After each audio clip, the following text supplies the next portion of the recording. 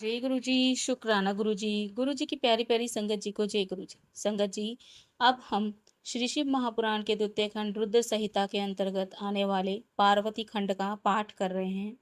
आज की कथा उस समय की है जब तारकासुर का आतंक इतना बढ़ गया था कि सभी देवता अत्यंत परेशान हो गए थे। उसके अत्याचारों से त्रस्त होकर सभी देवता एकत्र होकर ब्रह्मा जी के पास पहुंचे और उनसे इस संकट का समाधान पूछा। तब ब्रह्मा जी ने भगवान विष्णु से इस विषय में चर्चा की। भगवान विष्णु ने सभी देवताओं को सांत्वना दी और कहा कि इस संकट का समाधान भगवान शिव की शरण में जाने से ही संभव है। इसके बाद सभी देवता और ब्रह्मा जी मिलकर भगवान शिव के पास पहुंचे और उनसे प्रार्थना की। भगवान शिव विवाह के लिए तैयार नहीं थे, लेकिन जब देवताओं ने सृष्टि के कल्याण और तारकासुर के अंत की बात कही और बताया कि तारकासुर का वध केवल भगवान शिव के पुत्र के द्वारा ही संभव है, तब भगवान शिव विवाह के लिए तैयार हुए। तो आइए सुनते हैं तारकासुर के आतंक से लेकर भगवान शिव के विवाह के लिए तैयार होने तक की यह अद्भुत कथा। जय गुरु जी, शुक्राना गुरु जी। ओम नमः शिवाय, शिव जी सदा सहाय। ओम नमः शिवाय, गुरु जी सदा सहाय। जय गुरु जी, शुक्राना गुरु जी। हर हर महादेव। 24वां अध्याय। पार्वती से विवाह के लिए देवताओं का शिवजी जी के पास जाकर उनकी प्रार्थना करना। ब्रह्मा जी बोले, हे नारद, जब इस प्रकार हम लोगों ने उन माता पिता स्वरूप ईश्वर शंभु की स्तुति की तो सर्वज्ञ शंकर जी शनै शनै समाधि से जागृत हो बोले, हे हरि ब्रह्मादिक देवताओं, तुम लोग मेरे पास किस लिए आए हो, उसका कारण कहो। यह सुन सब देवता प्रसन्न हो भगवान विष्णु का मुंह देखने लगे। तब विष्णु जी ने तारकासुर के उपद्रव की बात कह उससे देवताओं का कष्ट पाना आदि कहकर उद्धार करने की बात कही और कहा कि यह तभी हो सकता है जब आप अपने दाहिने हाथ से गिरजा का पानी ग्रहण करेंगे। वह महाभगवती पार्वती आपके लिए कठिन तप कर रही हैं। यह सुन शिवजी जी ने प्रसन्नता से कहा, अच्छा, मैं आप सबके कार्य के लिए गिरजा देवी को स्वीकार करूंगा। सब सकाम होंगे। दुर्गा जी का पाणी ग्रहण होने से वे फिर कामदेव को जीवित करा पाएगी। देवताओं के हित के लिए ही तो मैंने कामदेव को भस्म किया था। अब वहां महत्त कार्य होगा। आप लोग हट ना करें। तब से क्या नहीं हो जाता। आप लोग भी जाकर कठिन तपस्या कीजिए। काम रहित तपस्या ही सफलता प्राप्त कराती है। काम ही नरक का द्वार है। काम से क्रोध, क्रोध से मोह और मोह से तप का नाश होता है। वृषभ ध्वज महादेव जी देवताओं से ऐसा कहकर फिर समाधि लगा लिए। उनको ध्यानावस्थित हुआ देख इंद्रादिक देवताओं ने नंदीश्वर से कहा कि आप तो शंकर जी के गण सर्वज्ञाता तथा पवित्र सेवक हैं। हम सब आपकी शरण हैं। हमें वह उपाय बताइए कि किस प्रकार शंकर जी प्रसन्न हो सकते हैं। नंदीश्वर ने कहा, हे विष्णु, हे ब्रह्मा, हे इंद्रादिक देवताओं, यदि आप शिवजी जी का विवाह कराना चाहते हैं तो सब मिलकर अत्यंत दीनता से उनकी स्तुति कीजिए। शंकर जी तो भक्ति के वश में हैं। वे परमेश्वर साधारणतया प्रसन्न नहीं होते। यदि ऐसा करना हो तो करो, नहीं तो शीघ्र ही यहाँ से चले जाओ। देवताओं ने कहा, ऐसा ही करेंगे। सब प्रेम से शिवजी जी की स्तुति। फिर उनकी दीनता इतनी बड़ी कि वे प्रेमाकुल होने लगे। मैं ब्रह्मा और विष्णु स्तुति करता ही रहा। फिर तो भक्त वत्सल भगवान शंकर ध्यान से उपराम हो बोले, हे विष्णु, हे ब्रह्मा, कहो किस लिए आए हो। इस पर विष्णु जी ने कहा, हे महेशान, आप ही सबके ईश्वर और अंतर्यामी हैं। फिर मुझसे क्या पूछते हैं? ऐसा क्या है जो आप न जानते हो? फिर भी सुनिए, पार्वती जी ने आप ही के लिए गिरिराज से जन्म लिया है। उनमें आपसे जो पुत्र होगा वही तारक को मारेगा, क्योंकि ब्रह्मा जी के वर के कारण वह किसी से बद्ध नहीं है। पार्वती जी नारद जी के उपदेश से ऐसा दुष्कर तप कर रही है पार्वती जी को वर देने के लिए आप उनके पास जाइए। हम सब शीघ्र ही आपका विवाह देखना चाहते हैं। रति को आपने जो वरदान दिया है, अब उसका समय आ गया है, उसे सफल कीजिए। ऐसा कहते हुए सब देवता शंकर जी को प्रणाम करते हुए उनके सामने जा बैठे। तब शंकर जी हंसकर बोले, हे विष्णु आदि देवताओं, यह तुम लोग क्या कहते हो? विवाह करना ही तो मनुष्य का दृढ़ बंधन है, जिसका मुख्य नाम निगण बंधन है। स्त्री संग ही तो सबसे बड़ा कुसंग है। सबसे उद्धार हो सकता है, पर स्त्री संग रूप बंधन से नहीं। परंतु यह सब जानते हुए भी मैं तुम्हारी प्रार्थना को सफल करूंगा। भक्तों के अधीन तो एक मैं ही हूँ, तभी तो मैं सबके कार्यों में तत्पर रहता हूँ। इसलिए तो मुझे अनुचित करता कहते हैं। हलाहल तक मुझे पीना पड़ा है, मुझे विहार की आवश्यकता नहीं, किंतु तारकासुर से उपस्थित दुखों को मैं अवश्य ही हरण करना चाहता हूँ। पुत्रोत्पत्ति के लिए मैं अवश्य ही गिरजा से विवाह करूंगा। तुम निश्चिंत होकर जाओ। कहकर भगवान हर अपने भवन में चले गए। विष्णु आदि सब देवताओं ने अपने लोक को प्रस्थान किए। इति श्री शिव महापुराण तृतीय पार्वती खंड का 24वां अध्याय समाप्त। जय गुरु जी, शुक्राना गुरु जी, हर हर महादेव। 25वां अध्याय, सप्त ऋषियों द्वारा पार्वती परीक्षा। नारद जी बोले, हे विधे, आपके तथा विष्णु आदि देवताओं के चले जाने पर क्या हुआ तथा शिवजी जी ने पार्वती जी को कैसा वर दिया, अब यह प्रेम से कहिए। ब्रह्मा जी बोले, हे नारद, जब सब देवता अपने अपने स्थान को चले गए, तब शिवजी जी समाधिस्थ हो आत्म सम्मेलन कर उनकी बातों पर विचार करने लगे। इधर पार्वती जी का भी तप अपने चरम सीमा को पहुंचा। महादेव जी को आश्चर्य होने लगा, उनकी समाधि विचलित हो गई। जगत इष्टता ने सप्त ऋषियों का स्मरण किया। वे महर्षि शीघ्र ही उनके पास जा पहुंचे। सबने प्रणाम कर प्रसन्नता से हाथ जोड़ लिया। शिवजी जी ने कहा, पार्वती गौरी शिखर पर दृढ़ तपस्या कर रही हैं। वे मुझे पति रूप में पाना चाहती हैं। मेरी आज्ञा है वहां जाकर सर्वदा ही छलयुक्त वचनों से उसकी परीक्षा करो। वशिष्ठादि सप्तऋषि शीघ्र ही गिरजा के स्थान पर चले गए, जहां वह अपनी तपस्या में लीन थी। मूर्ति मती पार्वती जी को देवताओं ने तप की सिद्ध रूप देखा। उनकी मूर्ति पर अद्भुत तेज था। यह देख सातों ऋषियों ने उन्हें प्रणाम किया और कहा कि हे शैलपुत्री, तुम किस लिए तप कर रही हो? तुम किस देवता या किस फल को चाहती हो? उनकी कामना हमसे कहो। सप्तऋषियों के इस प्रकार के वचनों को सुन पार्वती उनसे इस प्रकार सत्य और गुण वाणी बोली, हे मुनियों, आप मेरी बात क्या पूछते हैं? इस असंभव को सुनकर अवश्य ही उपहास करेंगे। इस कारण मैं कहना नहीं चाहती, परंतु क्या करूं, मेरा मन ऐसा दूसरे के वशीभूत हो गया है कि जो जल के ऊपर एक दृढ़ और ऊंची दीवार बनाना चाहता है। नारद जी की आज्ञा से मैं शंकर जी को अपना पति बनाना चाहती हूँ, इसलिए इतना दृढ़ तप कर रही हूँ। मेरा मन रूपी पक्षी हट से आकाश में उड़ रहा है। देखें कब तक करुणा निधि स्वामी शंकर इसे पूरा करते हैं। इस प्रकार वे मुनीश्वर पार्वती की बातें सुनकर हंसते हुए आश्वासन युक्त किंतु कपटपूर्ण उनसे यह झूठी बात कहने लगे कि हे गिरजे, भला तुम ऐसी ज्ञानवती होते हुए भी झूठे पंडित, अभिमानी और कठोर मन वाले नारद की बात में आ गई। नारद तो सर्वदा ही झूठ बोलता है। दूसरे के मन को बिगाड़ना ही उसका काम है। उसकी बात सुनना तो सर्वदा ही हानिकारक है।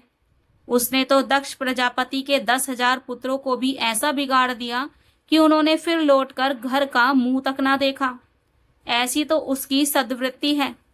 इसी प्रकार पहले उसने चित्रकेतु का घर सूना कर दिया। प्रहलाद को अपना उपदेश देकर हिरण्यकशिपु द्वारा परम दुख पहुंचाया। अतएव वह दूसरों की बुद्धि का भेदक है। उसका जिसने कर्ण सूचक उपदेश सुना, जानो वह अपना घर त्याग भिखारी बना। देखने में ही उसका स्वरूप उज्जवल है, किंतु मन का बड़ा मलिन है। हम लोग तो उसके साथी हैं ना, इससे उसे अच्छी तरह जानते हैं। तुम विदुषी होकर भी उसका उपदेश पाकर मूर्ख होकर तप करती हो। फिर जिसके लिए तुम विपुल तप कर रही हो, वह बदनारी शंभु तो सर्वदा ही इससे उदासीन और निर्विकार है, इसमें संदेह नहीं है। अमंगल वेशधारी शंकर तो बड़ा ही निर्लज्ज है। उसके घर बार कुछ नहीं है, उसका कोई कुल भी नहीं है। भूत प्रेत उसके साथी हैं। वह नग्न रहता है और शूल को धारण करता है। उस धूर्त नारद ने अपनी माया से तुम्हारा विज्ञान नष्ट कर दिया है। हे गिरजे, तुम ही विचार करो कि ऐसा वर प्राप्त करके तुम्हें कौन सा सुख मिलेगा। भला जिस मूढ़ ने पहले सती साध्वी दक्ष की कन्या से विवाह कर थोड़े दिन तक भी उसका निर्वाह नहीं किया और स्वयं उसे दोष लगाकर त्याग दिया, अब सुखपूर्वक वह अकल तथा अनुरूप रूप का ध्यान करते हुए स्वच्छंद विचरता है। वह तो अकेला निर्वाण स्वरूप असंग और अद्वितीय है। फिर हे देवी, उसके साथ स्त्री का निर्वाह कैसे हो सकता है। अतएव तुम हमारा कहना मानकर घर चली जाओ और ऐसी दुर्बुद्धि को त्याग दो, तुम्हारा कल्याण होगा। तुम्हारे योग्य वर तो सर्वगुणों की खानी लक्ष्मी के प्रभु बैकुंठवासी विष्णु जी ही हैं। उन्हीं के साथ हम तुम्हारा विवाह करा देंगे। तुम इस हट को त्याग कर सुखी हो। ब्रह्मा जी कहते हैं, सप्तऋषियों ने जब इस प्रकार की बातें पार्वती से कही तो सुनकर जगदम्बा कुछ हंसकर उन ज्ञान कुशल मुनियों से बोली, हे द्विजों, आपने ज्ञान सहित सत्य वचन कहा है, परंतु मेरा हट नहीं छूट सकता है। पर्वत में उत्पन्न मेरा यह शरीर संभवतः अत्यंत कठिन है। इस कारण आप मुझे तप से विरत नहीं कर सकते। मैं नारद जी का हितकर वचन नहीं त्याग सकती। वे मेरे गुरु हैं। वेद गुरु के वचन को हितकर ही कहते हैं। जो गुरु के वचनों में विश्वास करता है, उसे यहाँ और वहाँ दोनों स्थानों में सुख प्राप्त होता है और उसके लिए दुख तो कहीं भी नहीं है। परंतु जो गुरु के वचनों में विश्वास नहीं करता, उसे दोनों ओर दुख मिलता है। चाहे मेरा घर बसे, चाहे सूना हो जाए, परंतु मैं अपना हट नहीं छोड़ सकती। हे मुनीश्वरों, आपने जो यह कहा कि विष्णु जी सब गुणों की खानी है तथा शंकर निर्गुण है, तो मैं यह भी यथार्थतः जानती हूँ कि कौन कैसा है। यदि शंकर जी मुझसे विवाह नहीं करेंगे तो मैं सर्वदा अविवाहित ही रहूंगी। इसे आप सत्य जानिएगा। सूर्य पश्चिम में भले ही उदय हो, मेरु चलायमान हो जाए और अग्नि भले ही शीतल हो जाए, परंतु यह सत्य है कि मेरा हट नहीं छूट सकता। ब्रह्मा जी कहते हैं कि सप्तऋषियों से ऐसा कहें उन्हें प्रणाम करती हुई पार्वती जी चुप हो गईं और निर्विकारी शंकर जी का ध्यान करने लगी। फिर तो वे मुनीश्वर पार्वती जी को इस प्रकार निश्चल देखकर उनकी जय जयकार करने लगे और प्रसन्न हो उत्तम आशीर्वाद दिया। फिर प्रसन्नता से पार्वती जी को प्रणाम कर वे मुनीश्वर शिवजी जी के आश्रम को आए और शिवजी जी को नमस्कार कर सारा समाचार कहा। पश्चात उनकी आज्ञा लिए स्वर्ग को चले गए। इति श्री शिव महापुराण तृतीय पार्वती खंड का 25वां अध्याय समाप्त। जय गुरु जी, शुक्राना गुरु जी, हर हर महादेव। 26वां अध्याय पार्वती जटिल संवाद। ब्रह्मा जी बोले, हे नारद, फिर परीक्षा के बहाने भगवान शंकर स्वयं ही पार्वती जी को देखने गए। जटाजूटधारी शंकर अत्यंत वृद्ध ब्राह्मण का रूप धारण कर दंड तथा छत्र ले शीघ्र ही प्रस्थान किए। वहां जाकर देखा तो सखियों से घिरी पार्वती एक पवित्र वेदी पर साक्षात चंद्रमा की कला के समान विराजमान है। तब एक ब्रह्मचारी का वेश धारण कर भक्तवत्सल भगवान उनको देखते हुए पास चले गए। तब एक ऐसे अद्भुत और तेजस्वी ब्राह्मण को अपने निकट आया देखकर देवी ने पूजन सामग्री उठा उनकी पूजा की और आदर सहित यह पूछा कि हे वेद विदांबर, आप कौन हैं और कहाँ से आए हैं? तब ब्राह्मण ने कहा, मैं दूसरों का उपकार करने वाला एक तपस्वी वृद्ध ब्राह्मण हूँ। तुम कौन हो? किसकी कन्या और किस लिए इस निर्जन वन में ऐसा घोर तप कर रही हो, जो मुनियों को भी दुर्लभ है? तुम्हारे पिता का क्या नाम है? सौभाग्यवती हो, फिर तप की क्या आवश्यकता है? तुम वेद से उत्पन्न सावित्री हो अथवा लक्ष्मी, इनमें से कौन हो? मैं तर्क नहीं कर सकता। इस पर पार्वती जी ने कहा, हे विप्र, ना तो मैं वेद प्रसूत सावित्री हूँ, ना लक्ष्मी, मैं हिमालय पुत्री हूँ। पहले मैं सती नाम से दक्ष के घर में उत्पन्न हुई थी, परंतु वहां जब मेरे पिता ने मेरे पति की निंदा की तो मैंने योग से अपना शरीर त्याग दिया। इस जन्म में भी मैंने शिव को प्राप्त कर लिया था, परंतु देव योग से वह मुझे त्याग कर कामदेव को भस्म करके चले गए हैं, जिससे मैं उद्विग्न होकर यहाँ स्वर्ग की सीता के तट पर तप करने चली आई हूँ। परंतु बहुत दिनों तक कठोर तप करने के पश्चात भी मैं अपने प्राण वल्लभ को ना प्राप्त कर सकी। अब इस समय मैं फिर अग्नि में प्रवेश करना चाहती थी तो आप आ गए, जिससे थोड़ी देर के लिए ठहर गई हूँ। अब आप जाइए, मुझे शिवजी जी ने स्वीकार नहीं किया है, इससे अब मैं अग्नि में प्रवेश करूंगी और जहां जहां जन्म धारण करूंगी वहां वहां शिव को ही वरूंगी। ऐसा कहकर उस ब्राह्मण ने बार बार मना करने पर भी पार्वती अग्नि में प्रवेश कर गई, परंतु पार्वती के तप से अग्नि तत्क्षण शीतल हो गई। पार्वती क्षण भर अग्नि में स्थित रही और पुनः स्वर्ग को गमन करने लगी। तब उस ब्राह्मण ने पूछा कि हे भद्रे, तुम्हारा यह क्या तप है? कुछ जान नहीं पड़ता। ना तो अग्नि ने ही तुझे जलाया और ना तुम्हारा मनोरथ ही पूर्ण हुआ। तब मुझ ब्राह्मण से अपना मनोरथ तो कहो। मैं पूछता हूँ कि तुम क्या वर चाहती हो? संपूर्ण फल तो तुम्हारे निकट उपस्थित है। यदि तुम दूसरे के निमित्त तप करती हो तो इससे क्या होगा? जो रत्न को छोड़ कांच को संचित करती हो, ऐसा अनुपम सौंदर्य तुमने व्यर्थ कर दिया। अनेकों प्रकार के वस्त्रों को त्याग कर यह चर्मादि धारण कर लिया। फिर भी तुम अपने इस तप का कारण तो कहो, जिससे मुझ ब्राह्मण को तो प्रसन्नता प्राप्त हो। ब्रह्मा जी कहते हैं कि ब्राह्मण के इस प्रकार पूछने पर अंबिका ने अपनी प्रिय सखी सुवर्ता को प्रेरित किया, तो उसने ब्राह्मण का रूपधारी शंकर जी को पार्वती के तप का सब अभिप्राय कह सुनाया। उसे सुन जटाधारी रुद्र हंसने लगे और विजया से ना कहकर वे जटिल रुद्र पार्वती से बोले, यह सखी जो कहती है वह तो परिहास सा ज्ञात होता है। यदि यथार्थ है तो हे पार्वती, तुम स्वयं अपने मुख से कहो। तब देवी पार्वती स्वयं ही उस ब्राह्मण से बोली। इति श्री शिव महापुराण तृतीय पार्वती खंड का 26वां अध्याय समाप्त। जय गुरु जी, शुक्राना गुरु जी, हर हर महादेव। 27वां अध्याय ब्रह्मचारी ब्राह्मण द्वारा शिवजी जी के प्रति प्रताड़ना वाक्य वर्णन। पार्वती जी बोली, हे जटिल द्विजेंद्र, मेरी सखी ने जो कहा है वस्तुतः वह सत्य है, उसमें कुछ भी अन्यथा नहीं है। फिर भी आप मुझसे सुनिए। मैं अपनी मनसा वाचा कर्मणा से साक्षात शंकर जी को अपना पति बनाना चाहती हूँ। इसमें कुछ भी असत्य नहीं है। मैं जानती हूँ कि वे दुर्लभ हैं, फिर भी उत्सुकता पूर्वक तप कर रही हूँ। ब्रह्मा जी बोले कि इस प्रकार कहकर गिरजा चुप हो गई। तब उस ब्राह्मण ने कहा, अब तक तो मुझे बड़ी इच्छा थी कि तुम्हारे तप का कारण जानूं, परंतु अब तुम्हारे मुख से वृतांत जानकर मैं जाता हूँ। तुम्हारी जो इच्छा हो वह करो।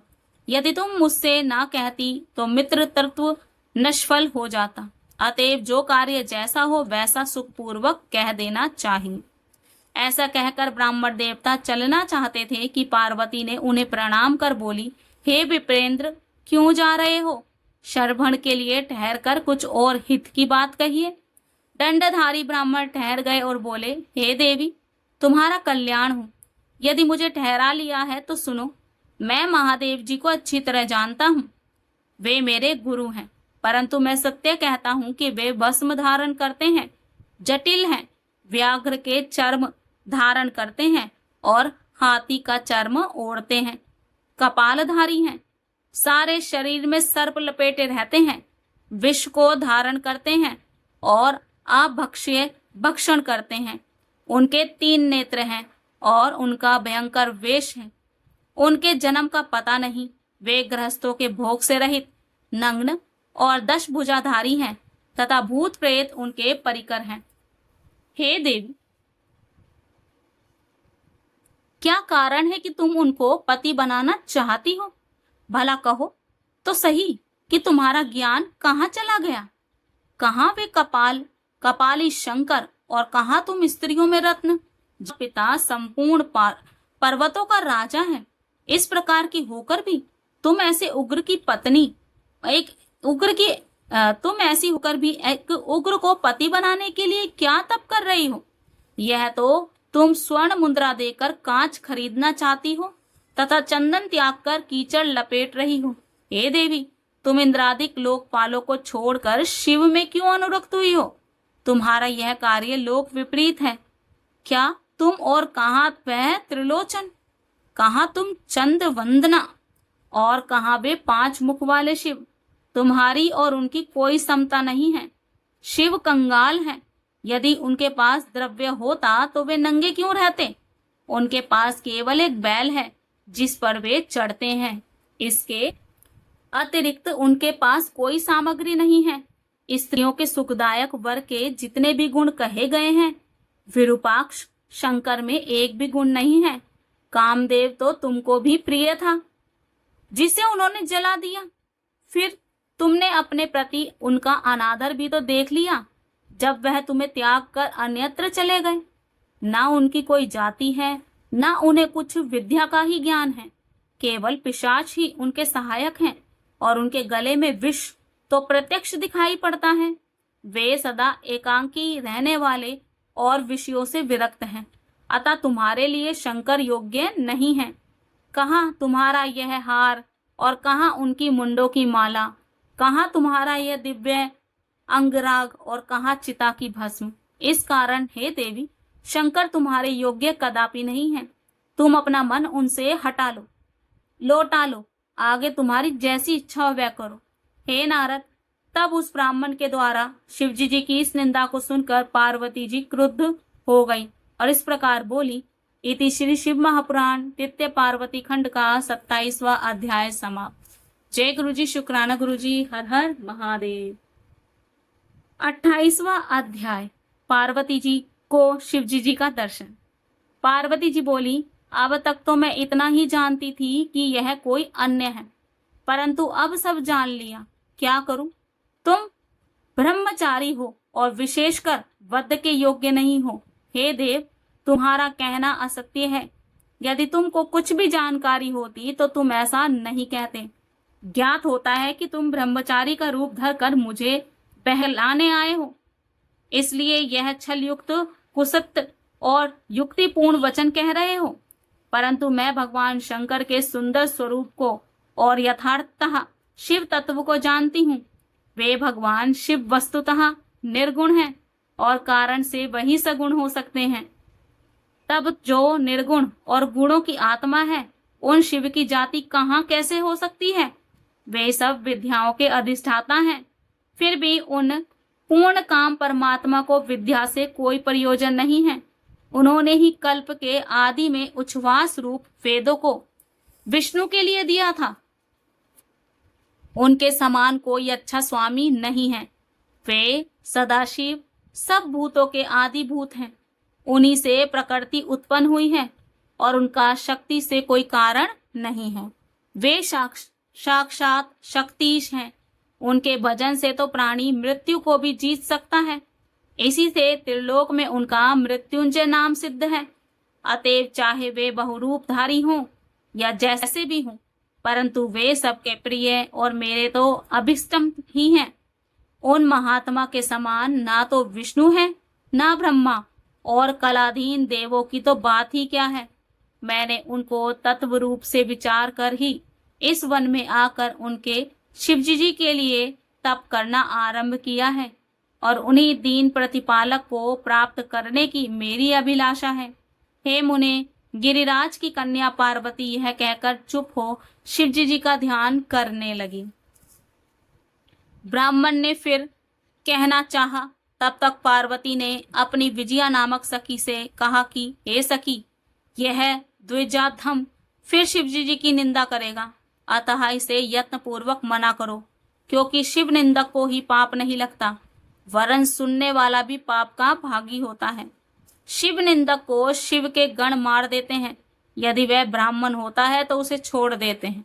यह भी ब्राह्मण है, इससे अवध्य है, अतएव इसका त्याग करना ही उचित है, अथवा हम भी इस स्थान को छोड़कर कहीं अन्यत्र चली जाएं, जहां इस मूर्ख से बोलना ना पड़े।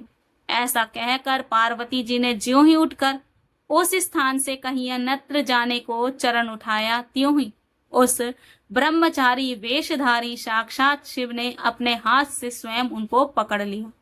फिर पार्वती जी जिस रूप से शिव जी का ध्यान करती थी, उन्होंने अपना वैसा ही रूप धारण कर लिया और उन्हें दिखाकर अधोमुखी पार्वती से बोले, मुझे छोड़कर तुम कहाँ जाती हो? मैं तुम्हें नहीं छोड़ सकता। जो चाहती हो वर मांगो, मैं प्रसन्न हूँ।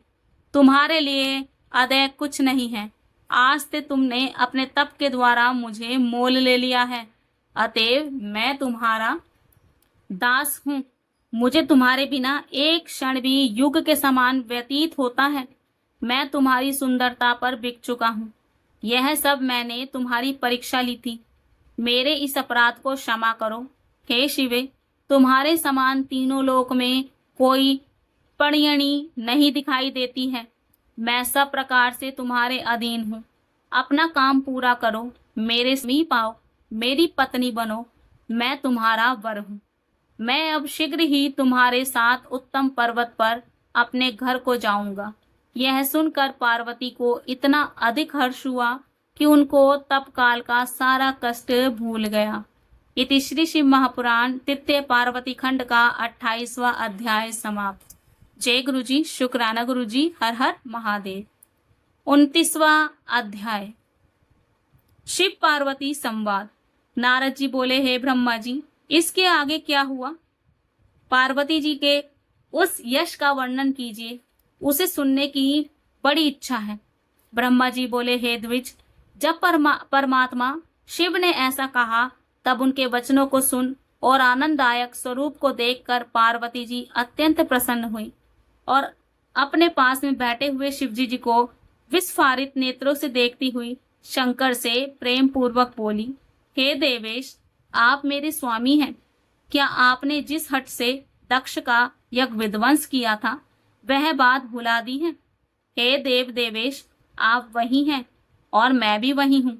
अब देवताओं की कार्य सिद्धि के लिए, जो कि तारकासुर से दुखित हैं, मैं मैना से उत्पन्न हुई हूँ। हे महेशान, यदि आप मुझ पर प्रसन्न हैं, दयालु हैं, तो मेरा यह वचन पूर्ण कीजिए कि आप ही मेरे पति हूँ। अब मैं आपकी आज्ञा से पिता के घर जाती हूँ। वहां से आपका विशुद्ध यश प्रसिद्ध किया जाएगा। हे नाथ, उसके लिए आप मेरे पिता हिमाचल के पास जाइए, और आप तो लीला विशारद हैं, इसलिए भिक्षु होकर मेरे पिता से मुझे मांग लीजिए। संसार में अपने यश की प्रसिद्धि के लिए आप ऐसा ही कीजिए, जिससे मेरे पिता का गृहस्थ कर्म तो सुफल हो। मेरे पिता आपके वचनों को अवश्य सुफल करेंगे। पहले जब मैं दक्ष के यहाँ पैदा हुई थी, तब मेरे पिता ने शास्त्रोक्त विधि से आपको कन्यादान नहीं दिया था। उन्होंने ग्रहों का पूजन नहीं किया था, जिससे वह विवाह सच्छिद्र ही रहा। हे महादेव जी, आप देवताओं के कार्य के लिए आप मेरा शुद्ध रीति से विवाह कीजिए। जिससे मेरे पिता को भी ज्ञात हो जाए कि मेरी पुत्री ने अच्छी तपस्या की है। ब्रह्मा जी कहते हैं कि पार्वती के इन वाक्यों को सुनकर शिवजी जी प्रसन्न हो गिरिजा से बोले कि हे महाशक्ति, मैं भी यही चाहता हूँ कि अब यथोचित मांगलिक कार्य होवे। यद्यपि मैं सर्वदा ही स्वतंत्र हूँ, तथापि तुमने मुझे परतंत्र कर दिया है, क्योंकि सब कुछ करने वाली महामाया प्रकृति तुम ही हो। तुमने ही इस सारे जगत को माया में किया है। हम ही और तुम ही ने जो गुण और कार्य के भेद से संसार का प्रादुर्भाव किया है। परंतु हे शैलजे, मैं हिमालय ना जाऊंगा और ना भिक्षुक होकर तुम्हारे पिता से तुम्हारी याचना ही करूंगा, क्योंकि याचना करने से तो कैसा भी महापुरुष क्यों ना हो लघु हो जाता है। ऐसी स्थिति में तुम्हें कहो कि मैं क्या करूं। तब शंकर जी को प्रणाम कर पार्वती जी इस प्रकार भक्ति पूर्वक बोली कि हे शंकर जी, आपको मेरा वाक्य प्रयत्न पूर्वक करना चाहिए। आप मुझे मेरे पिता से मांग कर मुझे सौभाग्य दीजिए। मैं आपकी भक्त हूँ और जन्म जन्म में आपकी पत्नी हूँ, इसलिए आप मुझ पर इतनी तो अवश्य ही कृपा कीजिए। अधिक क्या कहूँ। हे सर्वज्ञ, मैं आपके प्रभाव को जानती हूँ। मेरे लिए आप यह अद्भुत लीला कीजिए और लोक में अपना ऐसा यश विस्तृत कीजिए जिसे जानकर संसारी जन शीघ्र ही संसार सागर से पार हो जाएं। हे नारद, इस प्रकार कहकर पार्वती जी बार बार शंकर जी को प्रणाम कर कंधा झुका हाथ जोड़ चुप हो गईं। पार्वती जी के ऐसा कहने पर शंकर जी ने उस संसार विडंबन कार्य को हंसते हुए स्वीकार किया और अंतर्ध्यान हो कैलाश की ओर चल पड़े। कैलाश पर सारा वृतांत नंदीश्वर से कहा। भैरवादिक उस वृतांत को सुन आनंद मनाने लगे। भगवान शंकर भी अत्यंत प्रसन्न हो गए। इति श्री शिव महापुराण तृतीय पार्वती खंड का 29वां अध्याय समाप्त। जय गुरु जी, शुक्राना गुरु जी, हर हर महादेव। संगत जी, मैं आज अपनी वाणी को यहीं विराम दूंगी और कल हम पढ़ेंगे 30वां अध्याय, जिसमें शिवजी जी भिक्षुक के रूप में हिमालय और मैना जी के पास जाते हैं, पार्वती जी को मांगते हैं और ब्राह्मण रूपधारी शंकर जी को हिमालय राज के द्वारा, मतलब हिमालय राज से मांगना, तो हिमालय राज क्रोधित हो जाते हैं और भगवान शंकर जब अपने वास्तविक रूप में आते हैं तब वो स्वीकार करते हैं और उनका विवाह का कार्यक्रम शुरू होता है। और मुझे तो अभी एक सॉन्ग भी याद आ गया, वो कहते हैं ना कि जब तक फेरे ना हो पूरे साथ तब तक दुल्हन नहीं दुल्हन की, वो वाला हिसाब हो रहा है यहाँ पर कि जब तक फेरे नहीं होते तब तक पति पत्नी के रिश्ते में नहीं बन सकते। यहाँ पर दोनों की स्वीकृति हो गई है, लेकिन अब माता पिता की रजामंदी चाहिए, तो वही हम सुनेंगे। जय गुरु जी, शुक्राना गुरु जी, हर हर महादेव।